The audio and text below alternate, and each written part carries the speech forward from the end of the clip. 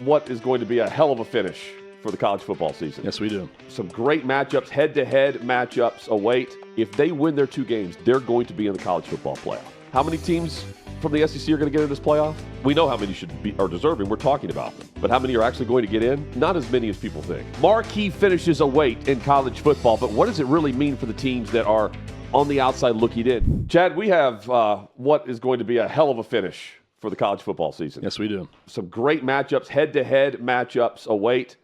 But I see the results of this past weekend, and I see some of the chatter on social media from analysts, media members, former coaches that say, oh, here's a team that if they win out now, maybe it's 3 games left on your schedule, maybe it's 2, we're going to see them in the college football playoff.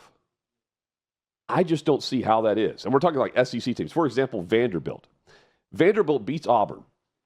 Great game. Great game in overtime. They have 2 games left on their season. And the immediate reaction is, if they win their 2 games, they're going to be in the college football playoff. I would love to see that happen.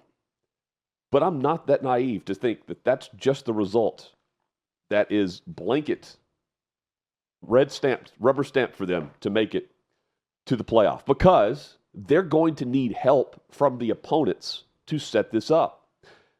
They finished the season against Tennessee. Chad, no offense to your Vols. I mean this. That they are respected by the committee. They are respected by the AP Top 25. But they need to win at Florida. That respect goes out the window if they lose to the Florida team that just lost 38-7 to Kentucky. But when's the last time they won at Florida? It's like 2003. Okay. I was in college. I was at Carriage Hill Apartments watching with my buddy. It was an 11 a.m. kickoff. Ingle Martin was the quarterback of that game, wow. who's been coaching high school football for like 20 years now. Chad, it was a long time ago. They need to win at Florida in order for the final game in Knoxville to matter as a college football play-in game for Vanderbilt. Otherwise, that doesn't help the resume like we're viewing it right now. Texas and Texas A&M. They're going to meet at the end in a couple of weeks here. Texas and Texas A&M. Then you have Texas has Georgia this week. So what if Texas drops a couple of games? Georgia ends with Georgia Tech. So what if Georgia drops to Texas? You get my point here. You're looking ahead to the SEC slate and just adding wins to an SEC team, but we're not adding wins to their opponents down the stretch. Oklahoma isn't helped by Missouri now, for instance. Or LSU, but they finished with Missouri and LSU at home, and they at Alabama. They have Alabama this week, but then those are their 2 finishes, and they're right now right there on the cusp of the college football playoff, same as Vanderbilt. Oregon and USC, they will face off in a couple of weeks. Trojans are happy with the result in Iowa City for sure, but they're also behind the 2 teams I just mentioned. I just see this and think, man, it's a made-for-TV event every week with the rankings that come out. But I can't help but see some of the analysts and think, man, this, the same ones that are complaining about SEC bias are the ones saying 2 more wins and Vanderbilt's in. It's not that easy, especially when you have a group of 5 teams that's automatically going to get in, and you have teams that ahead of the SEC teams on the outside that if they lose, they're probably still going to make the playoff. Yeah. Because they won't fall out of the top 11. Well, and right now you've got 3 Big Ten teams that are shoo-ins. Right. In Indiana, Ohio State, and who's the third that I'm leaving out? Oregon. In Oregon, yeah. Yeah, so right now those 3 are shoo-ins for the playoff. Will there be a 4th one that gets in? I don't know. Probably. I would say if you're talking about 6 with the SEC. If you're a Vanderbilt fan, and this goes for Oklahoma and Texas and everyone else too, sure, of those 2 lost teams. If you're a Vanderbilt fan this weekend, you are a Georgia fan and you're an Alabama fan. Why? Those 2 teams can give Oklahoma and Texas their 3rd loss, yes, seemingly knocking them off the playoff bubble and positioning you as another SEC team that could get there with only 2 losses. If Texas goes to Georgia and wins, which is possible, very possible, I don't think Oklahoma's winning at Alabama. It's possible. If those 2 things happen, I mean, the chaos scenario is Texas goes to Athens, wins this weekend. Texas beats A&M at home to close the season, giving A&M their only loss, but they're definitely going to be in. that would lead to a Texas-Alabama SEC championship game. Well, even if Texas loses that game or Alabama with 2 losses, they're going with their resume and losing in the SEC championship game. Greg Sankey's virtually already said that. The loser of that SEC championship game, if he gives them a 3rd loss, that's a bonus. They're not going to count that 3rd loss in that championship game. The committee won't do it. And we know that all of this works in sync with SEC, ESPN, sure, and the playoff committee of what they want. There's just too many 2-loss teams. There are some doomsday scenarios there for Vanderbilt that lay in front of them if those things happen. And, Hunt, I think you hit on it too. If Tennessee does what Tennessee always does and goes to the swamp and looks like UT Martin and not the University of Tennessee Knoxville in a game in Gainesville, and maybe Florida has quit with that outcome in Lexington, I don't know. Either way, they may quit now. They'll rise up here in a couple weeks when they see the big orange. That will be their Super Bowl. On the other side. Yeah, they're going to be ready to go in that game. If they lose that game, what's your biggest win? 5-loss LSU? That's where they're headed. 5-loss Tennessee? That's what they would be. If you beat them and Florida beats them, you'd beat a 7-5 team. And then you're looking at some other competition there. I mean, Hutton, you start to get into this realm of, okay, not every schedule is created equally, and not every SEC record is created equally.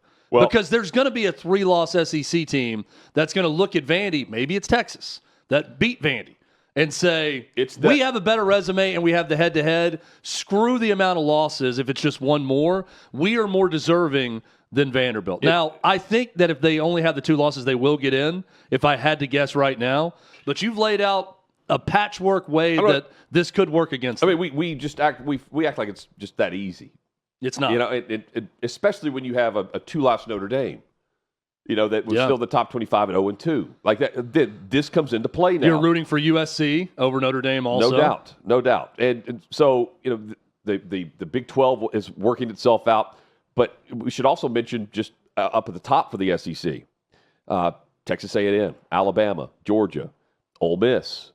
So there's others that if they lose, they're still in. And how many teams from the SEC are going to get in this playoff? We know how many are deserving. We're talking about them. But how many are actually going to get in? Not as many as people think. Yeah, right now, Vandy is 6th in the SEC standings at 4-2. And they moved up to 13th. They moved up 2 spots in the AP Top 25. And Oklahoma's tied in the loss column with 2 losses in the SEC.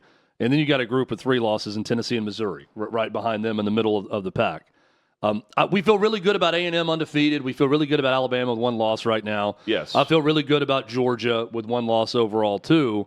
But, I mean, Georgia's got Texas this weekend. They got Georgia Tech the final week of the season. Hey, let's mention Georgia Tech. Georgia Tech is right behind Vandy in the AP Top 25. So I know it comes down to the actual college football playoff rankings. Well, and we're also forgetting about Ole Miss. I mentioned them, but yes. Florida, they get Florida at home. They get Mississippi State. And they're 2 games left. Likely not going to be in the SEC championship game. They could be. But, yeah, it's not as easy as just you get to – we thought that going into the season, you get to 10-2, you're going to be in the SEC. It's not necessarily looking that way. Now, they are being helped by the ACC. And what was a wild Saturday. Man, are we about to see a 3 or 4 loss ACC team in the playoff? I mean, Virginia loses at home in a low-scoring game to Wake Forest. Louisville loses at home to Cal. I don't know how these outcomes happen, but that is not Duke good is still for the in ACC. Duke is 4-1. They're 5-4 overall. Duke just lost to UConn. UConn, by the way, has more ACC wins than Florida State does since the start of 2024. UConn has beaten 3 ACC teams. Florida State has beaten 2 in the last 2 seasons. So Duke is still in it for the championship. Pitt sitting there at 7-2. SMU 7-3. Virginia getting their second loss. Louisville getting their second loss. Miami had their second loss. None of this is good. You got Georgia Tech at the top of the league. 8-1 overall. 5-1 in conference. Hutton, that's a 1-bid league. That helps 100%. SEC and Big Ten teams that want to get in. This is going to be a 1-bid league. And it's going to be a league that has their champion that's going to be ranked where if we're just going top 25 schools. Yeah. They're taking another spot too. And I mean, look at the group of 5 right now where they're going to be ranked. Big win for Tulane on the road. But still, everyone's beating everyone. There's going to be this is another year where everyone's going to clamor for the 16. It only helps the 16 get in. Couple big weeks for BYU also. If we're looking at the Big 12, they get housed. My wrong team favorite pick, not a good one, against Texas Tech on Saturday. But they get TCU at home. Going to be a challenge. They go to Cincinnati. Going to be a bit of a challenge. Yes. But if BYU wins those, they get UCF to close out the season, then a Big 12 championship. If BYU loses to Texas Tech in a rematch, and their 2 losses are to Texas Tech, is a 2-loss BYU that loses in their conference championship game, are they going to be left out over Vanderbilt? I mean, I would say probably. I guess. But they're playing the extra game to get the second loss. Right. And then, so now the Big 12 is a 1-bid league too. So ACC and Big 12 would each get 1 in that scenario. And then point being, Hutton, you laid it out. They need some things to happen too. You got to do your job. Look, that was not a pretty win for Vandy, especially defensively against Auburn, but they found a way. And great teams find a way to win. They found a way in overtime to win that game. Credit to Vanderbilt for getting that win. Kentucky's no layup now. Kentucky's looked much better, starting with that Texas game when they took them to overtime. Yes. They've been a different team from that point forward. So it's going to be tough for Vandy. So let me just go back to the ACC briefly. This is from David Hale at ESPN. The ACC now has 6 losses to teams outside the power conferences. The SEC, Big 10, and Big 12 combined have 8. Wow. And the ACC has 6.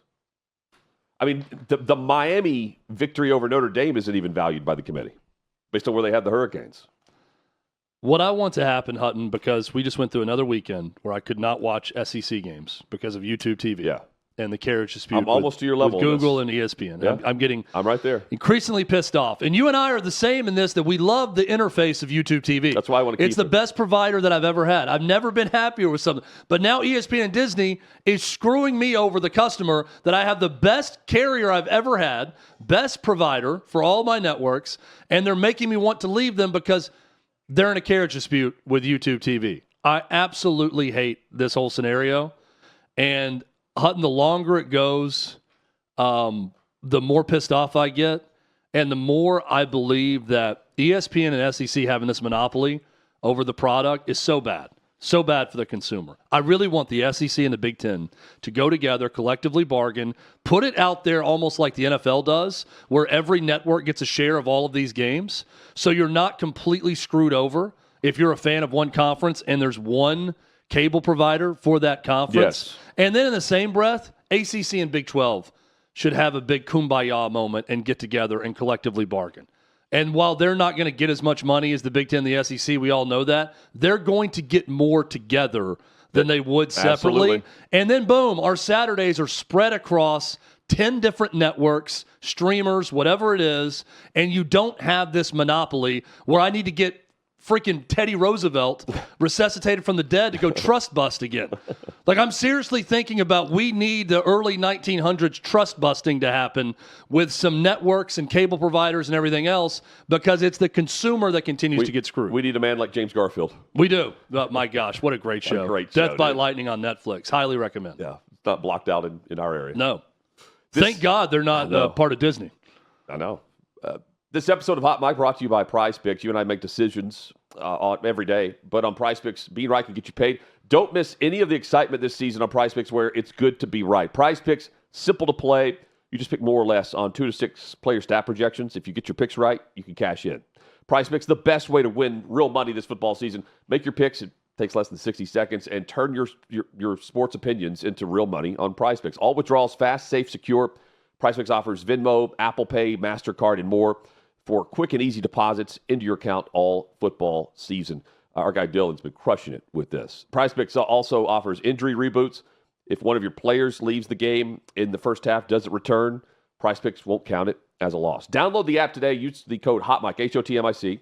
Get $50 in lineups after you play your first $5 lineup. That's code HOTMIC, HOTMIC. Get $50 in lineups after you play your first $5 lineup. Prize Picks, it's good to be right.